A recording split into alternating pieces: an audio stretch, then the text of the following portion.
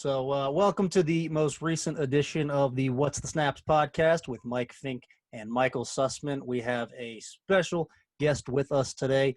Joining us is a first-team All-American, an MEC Offensive Player of the Year, and the leading rusher in the history of West Virginia Wesleyan College, Michael Anderson. Mike, how you doing today? Hey, thanks for having me. What are you up to these days? Currently, I'm in the process of becoming a real estate agent. I'm taking my courses now, and also I'm building my business, building trading in the forex market. Oh, nice. All How's right. that going? Say it again. How's that going? I mean, it's going. I mean, like it's going well. I'm not like where I want to be yet, but I'm still taking my steps each day. Gotcha. So I can finally, get to where I want to be and do what I want to do in life. Absolutely. That's what we're all trying to do. I just finished playing. Oh, go ahead. Oh, I'm sorry. Go ahead. Yeah, I just finished playing overseas in Germany. I was chasing a football dream for, But.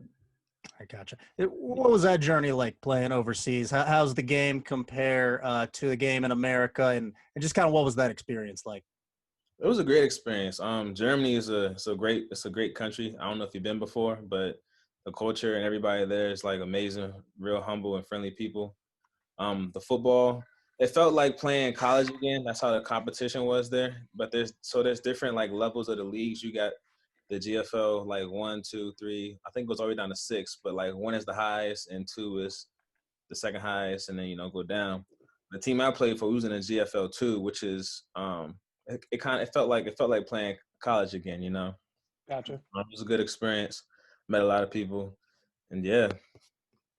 Gotcha. How did you play? What kind of numbers did you put up over there?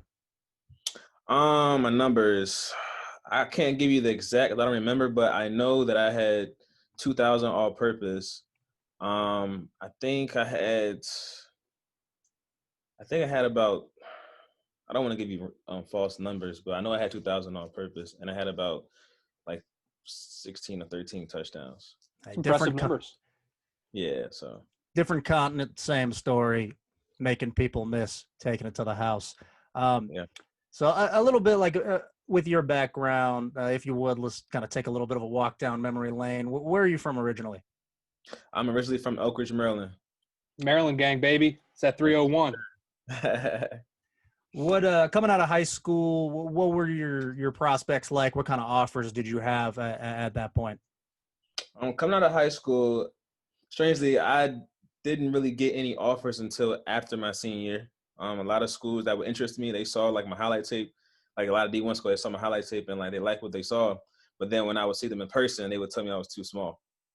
Because my senior year in high school, I was only weighing 168. But I feel like they should have, not worry about that, because when you get in college, you're going to get bigger. Right. But they couldn't get past the eye test. So, yeah, a lot of D1s turned me down. I had a few D1 double A's that gave me a chance, like Robert Morris. It was Robert Morris. I can't even remember all of them. I know it was like 2 or 3 of them. And then Wesleyan and a lot of other D2s gave me offers.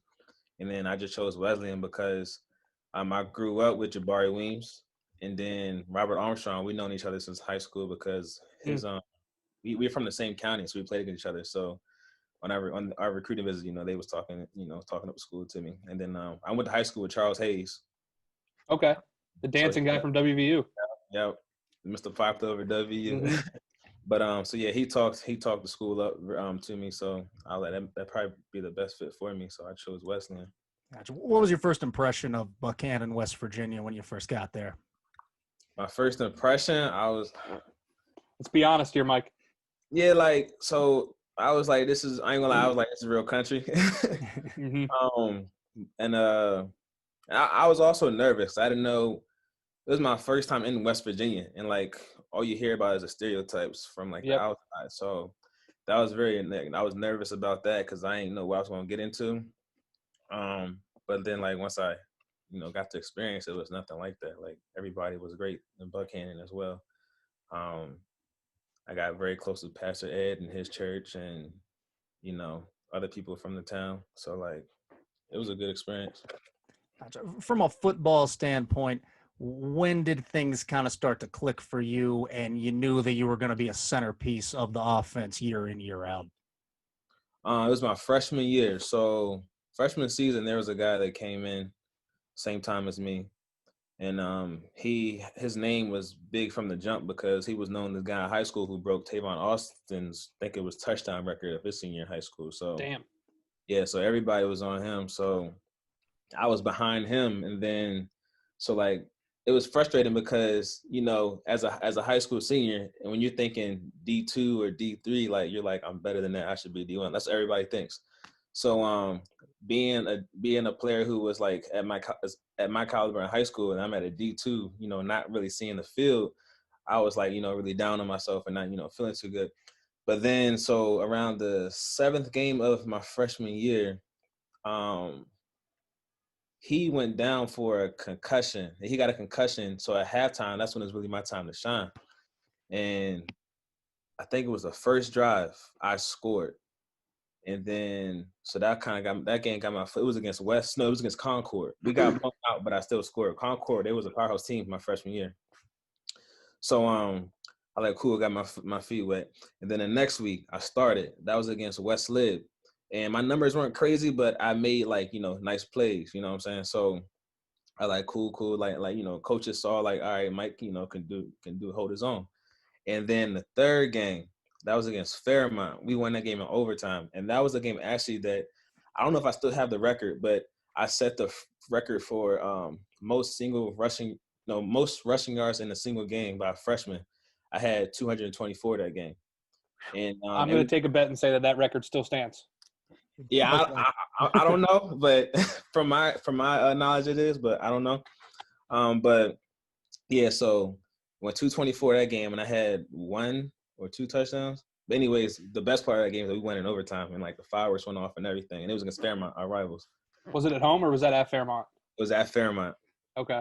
I guess somebody thought that they won the game because it was in overtime, so the fireworks went off as soon as the game ended. It was crazy. I was about to say, there's no way Wesleyan was splurging for fireworks on a win. Yeah. No way. And then my senior game, I mean, not my senior game, the senior game of the season, we played against, I think it was Urbana, and they was ranked number 2 in the conference at the time, and we upset them and beat them. And I would have had 200 yards that game too, but my 70-yard run got called back, so I had 138. Bad call. I'm sure it was. And what year did you graduate, Mike? I graduated in 2017. My last season was 2016. Yeah, I changed my twice, so set me back.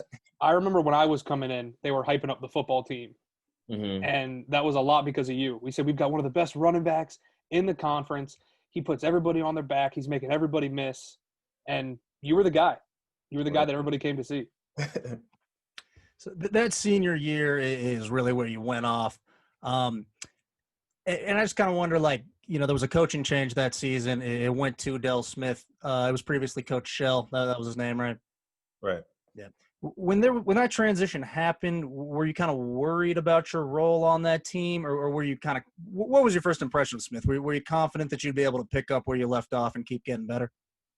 Yeah, I was confident. I actually thought – so when Coach Smith came in, like his whole demeanor and everything, I was like, all right, he's the real deal. So him coming in actually gave me more confidence in the program because I thought, like, all right, like he's, he knows what he wants to do, and he got real good character. So I was like, we can definitely do things with this guy. And then he also kept Coach Testa, who was, probably the most like, what word should I use? He was like the biggest piece to to pretty much keep the team together, I can say, because like we all had much like love and respect for Testa, and he understood us. So with Coach Smith keeping him on board, I think that was a good move by him for us as well. So yeah. So I lost my train of thought. But yeah, so I was actually confident going to that season. I was like, we should do better than we did, the past 3 years. So and then when they in the locker room, I was like, oh yeah, we ready.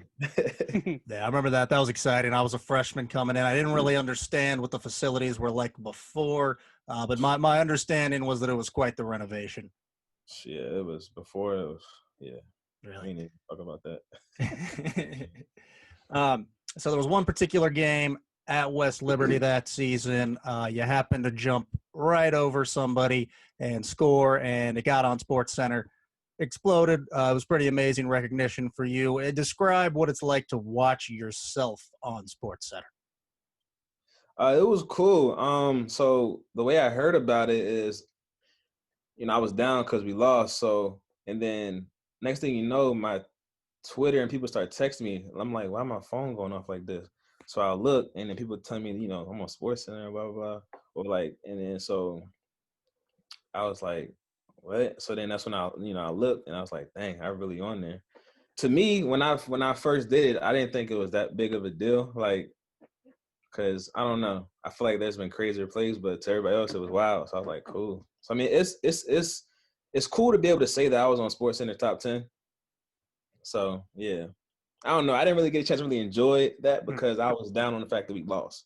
Right. It was a close loss. So me, I'm the type of person that I wasn't really big on my own personal accomplishment. I wanted to win, and the fact that we lost, it kind of Was it hard to be that kind of competitor and lose so many close games at Wesleyan? Because for a while there, it just seemed like every single game there was one or two mistakes down the stretch that just led to a heartbreaking loss. Was it just kind of hard to endure that week in, week out?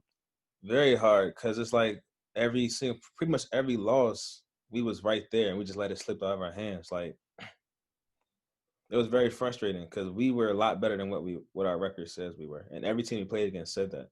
Yeah. I remember offensively that year, the playbook was pretty much Mike left, Mike right, screen pass to Mike. What was that physical beating like? Because I feel like that's a lot of hits to take every day. Yes, I mean, it's a lot of, a lot to take, but in the offseason, I really train for that. Like, when I'm at home working, I really work like hard during the offseason because my mindset going to the season was I gotta, do such and such, like break this record or, do such and such to help the team out. I gotta stay healthy because I had goals of, going to the next level. So I knew if I had to get there, I gotta train harder than I did the past few years. So I pretty much trained my body to be ready for all the load I was gonna have. So also the coaches warned me going into the actually Coach Engel, he came down to see me in the summer just to talk up like our plans for the year or whatever, and like that right then that let me know that I needed be on tip top shape and ready to go. What was that conversation like? We were just talking X and O's and like what we had, what his plans was for the offense, and then also just getting to know each other better as well. I gotcha. So at the end of that season, a lot of your hard work pays off in the form of some pretty amazing accolades: Offensive Player of the Year, First Team All-American. What was it like to just be recognized for all that hard work? It was a blessing because I actually told myself in the offseason that I'm going to get Offensive Player, Conference Player of the Year, and I told myself First Team All Conference as well. So, like putting that into my mind and then working, like training to be ready for that and actually doing it, it was a great feeling. It's like I accomplished what my goal was going into that season. I gotcha. Is that trophy in your room right now? Oh yeah. Well, the all conference one is in the basement, in the trophy section. My brother got some stuff down there too. But I got all my newspapers right here. Oh, nice. Very nice. All my articles on Wesleyan Show, much love. And you were also pretty involved at Wesleyan too. Not to just talk up football, you were also a member of the Black Student Union. Yeah. You did a lot with them. Were there any other organizations you were a part of while you were there?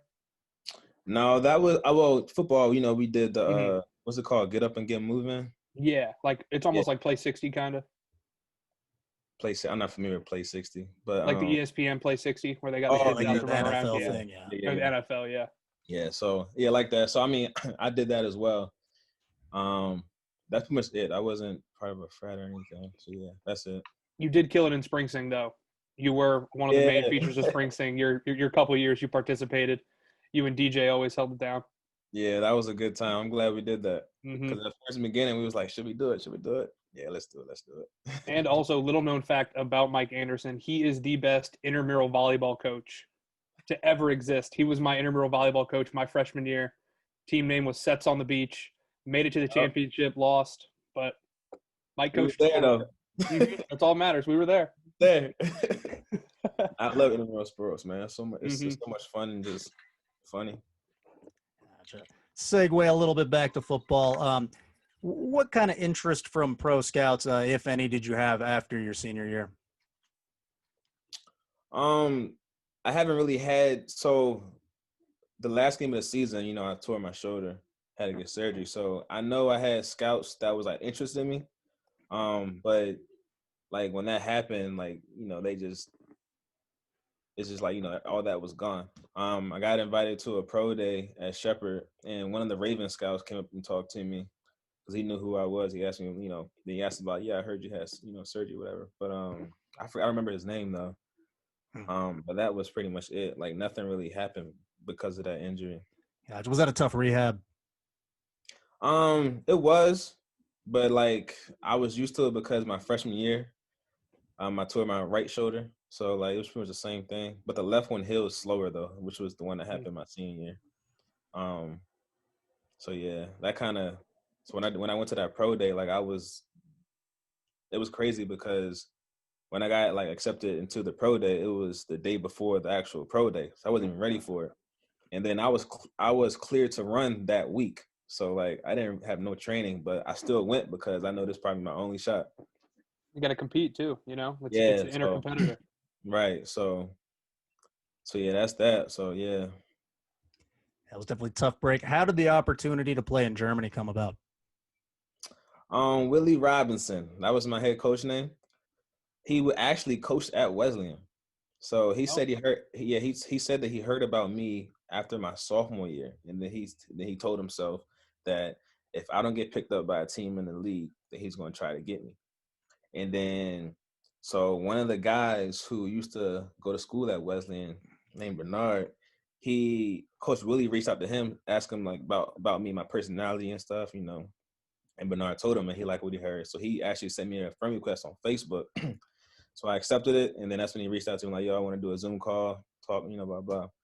So he proposed, what the Hanover Spartans had in store for me, and I was kind of against it because I was like, I want to see how it goes here, whatever. But he was like, he put in my head, he was like, "But look, if you're down there, you're gonna get paid to do what you want to do, and all you're gonna be doing is like, it's just football, so you can train for, when you want to." So he said, use that to get updated film, and you'll be training to be ready for if that shot does come. And it sounded like a good deal to me. So Great sales pitch. Yeah. So I took it, and I'm glad I made that decision. Gotcha. From a non-football aspect, what was the coolest part of being in Germany? Outside of football, the coolest part is, so in Germany, there's like in the summertime, by the way, the summertime weather is amazing. It's like sunshine, and it's not too hot. It's like So it's 80. like Southern California. I never been to Cali, but I'm assuming It's like that. It's amazing. SoCal is gorgeous year round. Oh, I gotta go. But anyway, yeah. Anyway, so Germany summer is like perfect like that. Like you got light breeze. But anyway, so also there's a bunch of like festivals in the summertime. It's probably like 20-something festivals throughout the summer. And it's like a every weekend type thing. So the summers is lit there. And Germans know how to party because they created Oktoberfest. So Exactly, they can throw down. And I missed Oktoberfest. Oh, I was just about to ask about it. I missed it. Yeah, I came home like a week or two before because we didn't make the playoffs. So there was no point of us, being there longer. So yeah, but I'll go back again because I definitely want to, travel and vacate there and check that out. Absolutely. Yeah, outside of football, I would say, the festivals are amazing because the whole town comes out. It's dope. And most of them speak English too, right? Most of the country can speak English. Most of them, but a lot of them can't, or they're not, confident in their English, so they prefer not to. Gotcha. How much Germany did you pick up? Or how much German? I didn't pick up a lot, but I picked up a good amount. Okay. But it's like stuff that I probably can't say on here. Just enough to ask for water. Where's the coffee shop? Yeah, like the basic stuff, and yeah. So. German 101. Right. Gotcha. So do you ever miss football now? I do. I'm not gonna lie, I do. I dedicated my whole life to it. I started playing when I was 6 years old. And it runs in my family. So yeah, I do miss it. I wish that, I had the chance to get picked up or try out for a team. That never came. So, Well, who knows? With all this COVID, you might have a couple running backs go down. Somebody might be giving you a I don't call. want to You wish never that know. on nobody, but if it happens, I'm not going to be mad. Sports World, Mike Anderson is ready to keep playing football. You heard it here first. Yeah. I'm ready for it. I think the league needs you. But I appreciate that. But I really appreciate you taking the time today to come on to the podcast. I know everybody's going to love hearing from a Wesleyan great.